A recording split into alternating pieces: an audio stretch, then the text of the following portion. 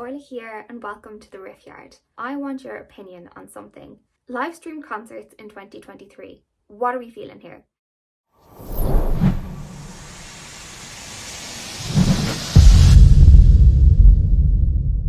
I recently watched Bad Flowers live stream concert from the House of Blues in Chicago. Live stream concerts got quite popular during the pandemic when we couldn't go to events in person, and like some bands did acoustic sets and others like aired old performances. There was old festivals being aired. But now that we're in a post-pandemic world where we can go back to live events and we can get tickets and we can go to these tours, how do you feel about live streams? The three main things that I'm going to look at with this is going to be the financial aspect, the physical aspect, and the geographical aspect. During the pandemic, I feel like we did have this unity because to keep everybody safe, we had to stay indoors, and live streamed events became quite popular. Like, you had the live chat going, you could talk to people from all over the world. There was that community sense got restored because you could come back to your tribe in a way, like with the live event where you chat to strangers from all walks of life, often from all over the world, with this shared love of music. When we did start getting to go back, the live streamed content still happened, and I think that's fascinating because is there still a use for it? The first thing that I was going to look at is finances. It's never just a concert ticket. It's the whole kit and caboodle. You have your concert ticket, you have your transport costs potentially, you have the food and drink you might consume on the day, you might even have accommodation depending if you're going further afield. It's not just one thing, you are paying essentially for a whole day excursion. Basically, a day out can become very expensive very quickly. It's no longer the €30, $30, £30 that the ticket may have cost on the day of purchase. And even if there's a big gap between the two, it still all goes towards the one day.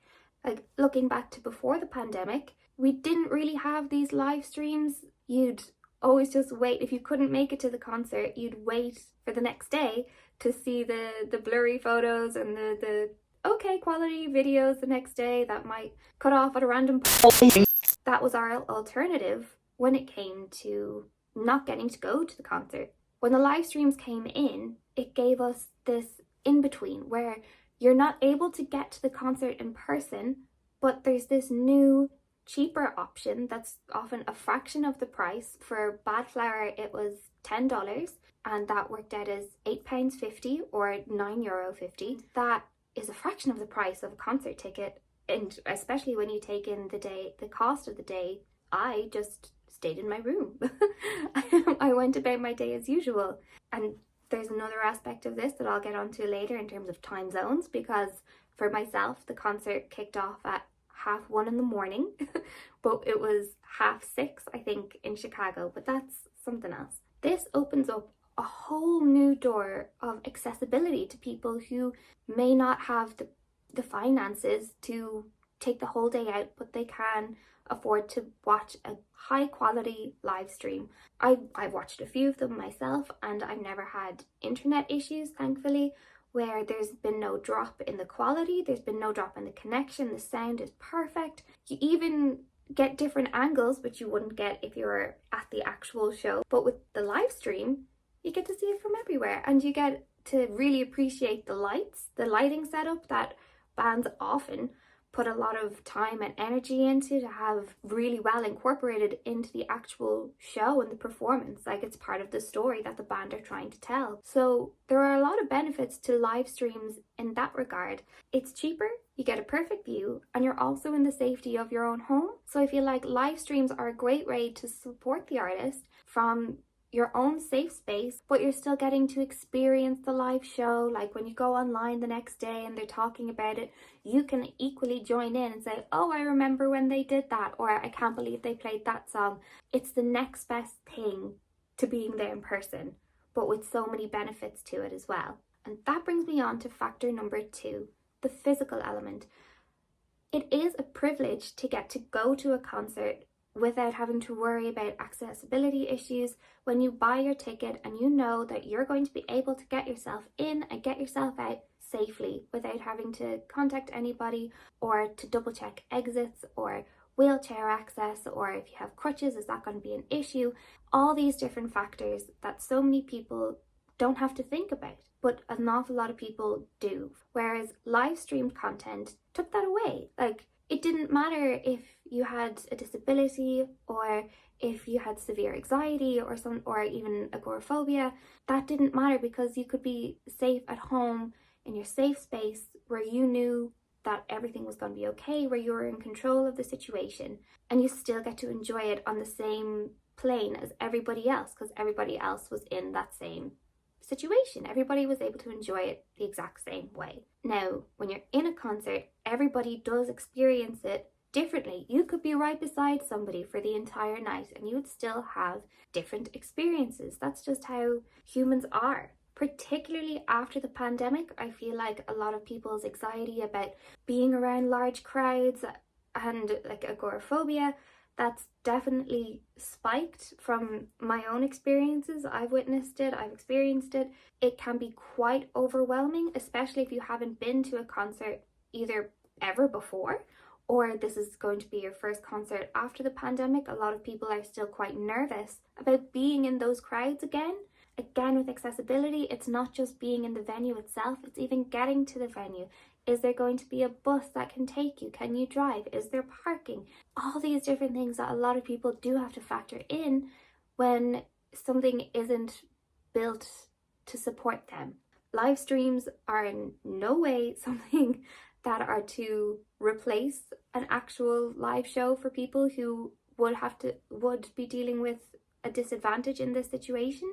We know that this is an issue. You see it all the time online, accessibility issues when it comes to venues, or blatant disregard or misinformation about accessibility. Another part of the physical aspect is you can pause it. You can, if you need to go for a pee break, if you need a snack, if you need to readjust, you can. You can just pause it, stand up, shake it out, whatever, and you won't lose your spot. You don't have to battle anybody, and you still have the perfect view with zoom ins and different angles from wherever you are. It's perfect. It's a win-win. And then finally, the last factor that I want to touch on is geography. It just sometimes feels like when a band announces a world tour, it's the UK and the US, maybe some dates in Europe and maybe some dates in Australia, but you never really see Southeast Asia. They're always calling out for dates. Often South America gets left out, North America, even Ireland gets left off, and it's right beside the UK. Obviously, there is an awful lot of factors when it comes to booking a tour, and it's expensive, and everything is expensive these days. Cost of living crisis. When it comes to tours getting announced, there are some cities and countries that just get left out completely, and it fucking sucks. It sucks. Now, don't get me wrong, some people can afford to travel to the cities when there isn't a show in their own hometown or even their own country. They can fly or get a train to the closest one to them.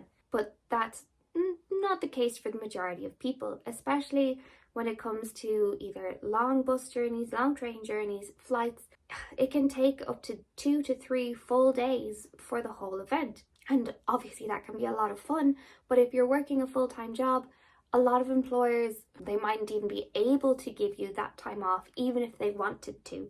You really have to think about the whole plan, and is this concert worth it? What are you better to save up for something else? Another factor that comes into it when traveling for a concert is, are you able to travel with somebody or in a group, or will you be doing this on your own? All these little factors that come into play when your city is missed out on a tour.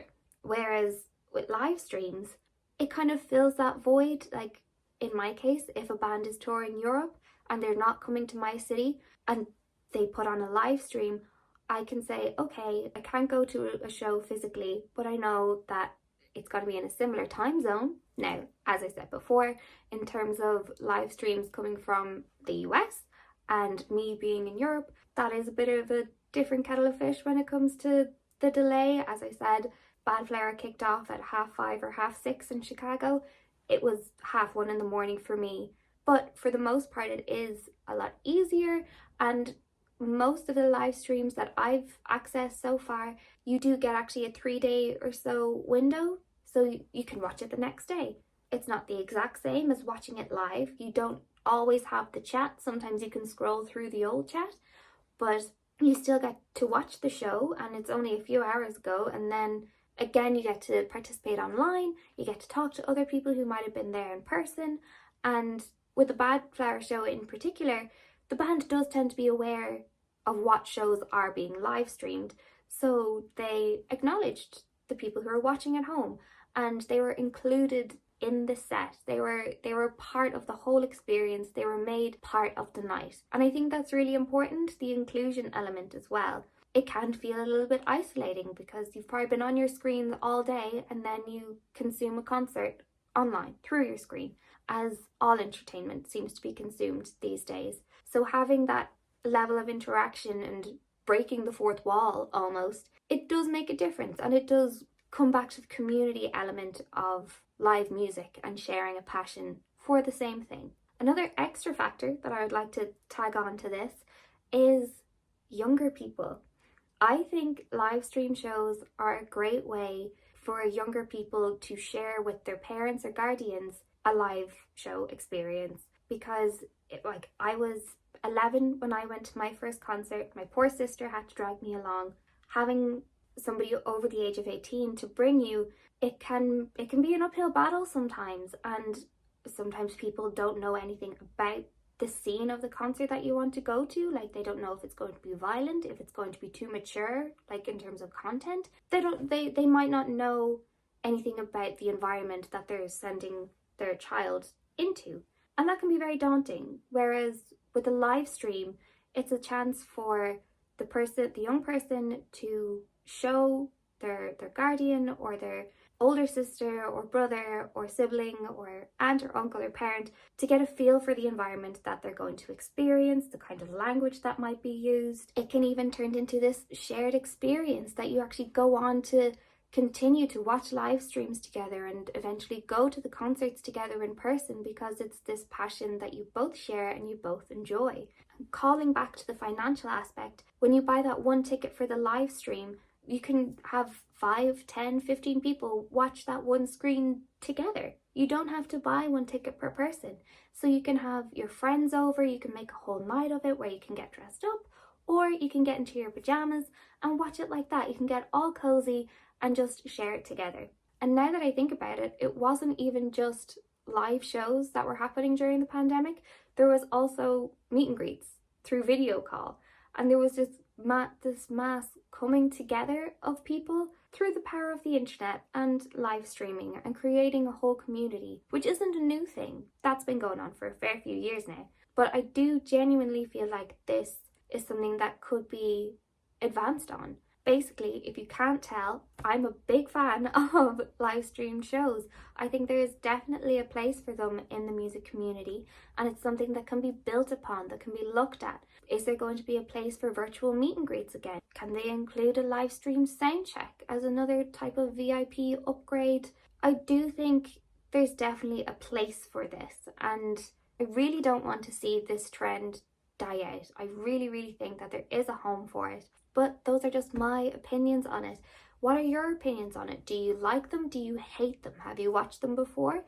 Was it something you only did during lockdown? Let me know. I really want to know what your opinions are, and I'm going to be reading the comments. And while you're there, don't forget to like and subscribe and ring that bell. I also did an article on this issue, slightly better articulated than this video. This got a bit tangenty and rambly. Go check it out on riffyardmedia.co.uk. And yeah, can't wait to hear your opinions. Thanks for watching. Bye.